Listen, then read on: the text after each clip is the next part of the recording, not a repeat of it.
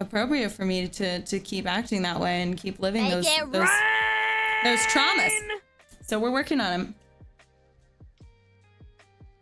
I would only kick guys in the balls for a request. Tricky Teamsters, thank you so much for the 100 biddies. I'm about to play a video game right now. Sounding like a grown-up, did you gain a wisdom wrinkle? Maybe. Oh my god.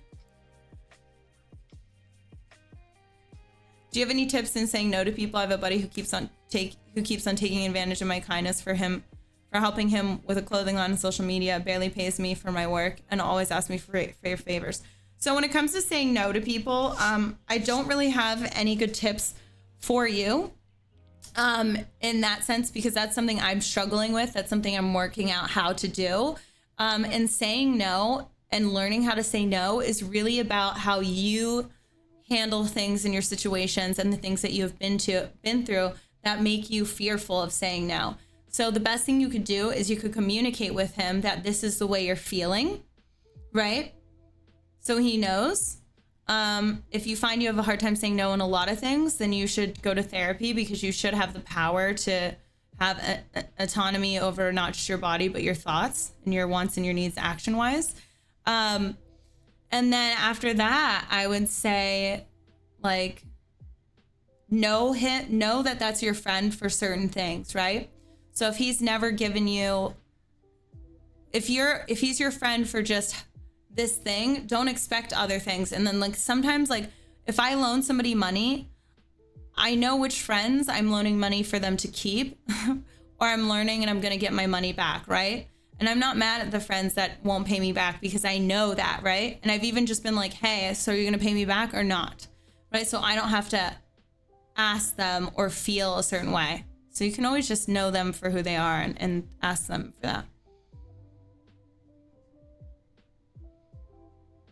It's that post-30 clarity where you know when you want to put your foot down and keep it there. Exactly, exactly.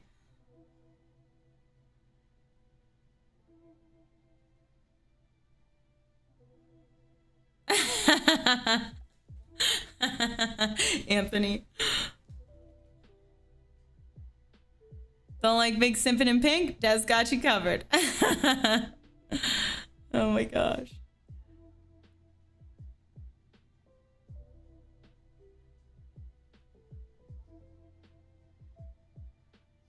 What I've learned getting older is there's no need to be angry at people having different lives or living or different careers, like in your case. Since you're cutting ties with the adult industry, are you stopping sales of your items, videos?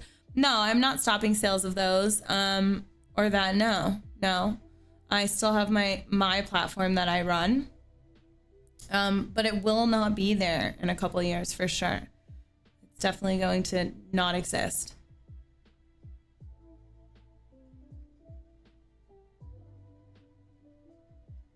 Oh, Lily, I love that. Thank you too. I love that. I'm gonna give you this book right now. It helps with self-negative talk so much. Brene Brown, amazing author. So this book is called The Gifts of Imperfection.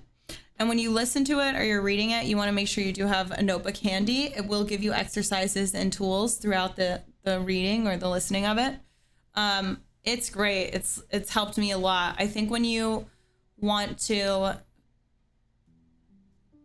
learn how to heal yourself, you have to learn how to see your faults, and you have to learn how to put words to those thoughts, how to have a dialogue or discussion with yourself, or a therapist on those negative thoughts in a positive form. Brene Brown. Right? So like before I'd be like, oh, I'm stupid because I didn't do this. I'm stupid. Before I'd be like, oh, you're afraid to go to bed because you're scared. That's stupid. And now I'm like, okay, so you're afraid to go to bed. That's okay.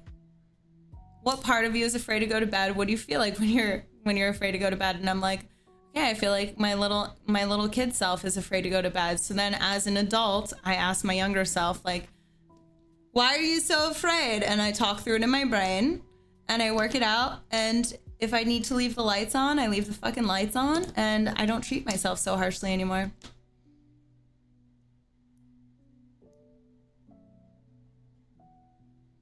Ah, thank you, Chaos. I tell myself I'm stupid for thinking certain things all the time and then just correct it. See, that's great. I've gotten rid of bitchy. I've gotten rid of stupid. This is my current sticky note. I don't think you can see it. So my current inner monologue word to change, not necessarily get rid of, to change this week is weak, turning the word weak into ashamed, because I need to recognize when I feel ashamed so I can figure out how to solve those feelings, rather than having my mean girl part of me be like, you're weak, you're a pussy. I need to be like, wow, this is me feeling shame. Ashamed because I'm afraid, ashamed because I'm scared, ashamed that I'm not doing what I should be doing, right? And then by using those changes of words, it'll cause me to think more, create new neural pathways, and get to the root of a lot of my problems. Props to my therapist. My therapist is amazing. She is amazing. I can text her anytime.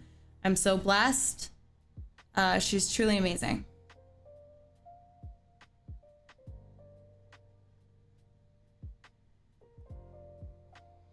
Darth, you're gonna love that book. Please do. You're really gonna like it.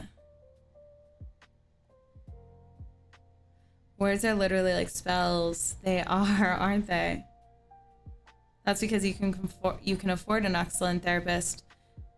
Yes, that's so true. That's definitely true. There are therapists out there that are cheap, and there are things put in place where you can get help and therapy the way you need, for sure, for cheaper. But yes, I am definitely blessed to be able to afford these things.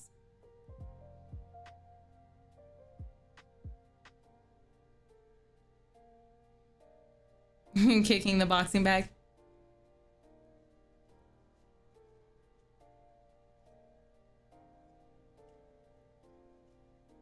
Right, Prodigal?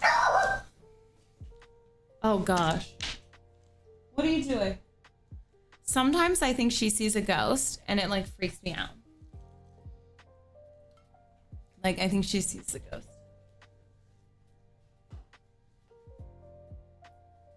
Like, what was the point of that? What was the point of that? Nothing happened.